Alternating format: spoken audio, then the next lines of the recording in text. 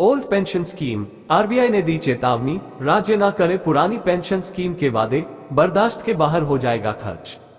Old pension scheme, RBI की report में राज्यों को चेताया गया है कि उन्हें अपने खर्चे बढ़ाने के बजाय राजस्व बढ़ाने पर ध्यान देना चाहिए। Old pension scheme, reserve bank of India RBI ने राज्यों को चेतावनी दी है कि वह पुरानी pension scheme, old pension scheme को बहाल करने के बारे में न सोचे। इससे उनका खर्च कई गुना बढ़कर बर्दाश्त के बाहर हो जाएगा।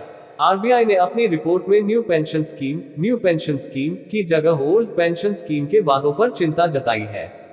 उन्होंने राज्य सरकारों को नसीहत दी कि जनता को लुभाने वाले वादों के कारण उनकी वित्तीय सेहत पर बुरा असर पड़ सकता है। सरकारी खजाने के लिए ओपीएस बहुत नुकसानदेह साबित होगी। कुछ राज्यों में लागू हुई ऑप्स, कुछ में चल रहा विचार। हाल ही में कुछ राज्यों ने पुरानी पेंशन स्कीम की बहाली की है। इनमें राजस्थान, छत्तीसगढ़ और पंजाब शामिल हैं। साथ ही कर्नाटक में भी ओपीएस लाने की चर्चा चल रही है।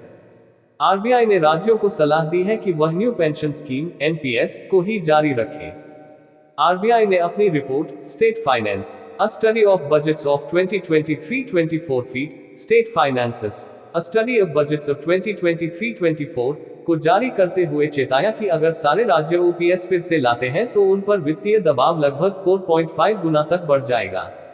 ओपीएस का जीडीपी पर बुरा असर दिखेगा। इस पर होने वाले अतिरिक्त खर्च का बोझ 2060 तक जीडीपी का 0.9% तक पहुंच जाएगा। विकास कार्यों के लिए नहीं होगा पैसा। आरबीआई रिपोर्ट के अनुसार ओपीएस बहाल कर चुके राज्यों की तर्ज पर अन्य राज्य भी इसे लाने पर विचार करने लगे हैं। अगर ऐसा हुआ तो राज्यों पर वित्तीय बोझ बढ़ेगा और विकास कार्यों पर खर्च में कमी आएगी। आरबीआई ने कहा कि ओपीएस पीछे जाने वाला कदम है। इससे पिछले सुधारों से मिला फायदा खत्म हो जाएगा। इससे आने वाली पीढ़ियों को नुकसान पहुंचने की आशंका भी जताई गई है। रिपोर्ट के मुताबिक ओपीएस का आखिरी बैच 2040 के शुरुआत में रिटायर होगा और उन्हें 2060 तक पेंशन मिलती रहेगी। राजस्व बढ़ाए, लोक लुभावन वादे न करे। आरबीआई, अगले साल देश में आम चुनाव है। ऐसे में आरबीआई ने लोक लुभावन वादों से खर्च बढ़ाने के बजाय राजस्व में इजाफा करने का सुझाव दिया है।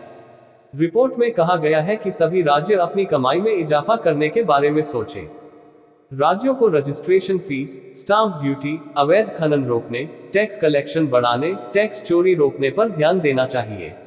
इसके अलावा प्रॉपर्टी, एक्साइज और ऑटोमोबाइल पर लगने वाले टैक्स को रिन्यू करने पर ध्यान देना चाहिए, जिससे उनका राजस्व बढ़ेगा।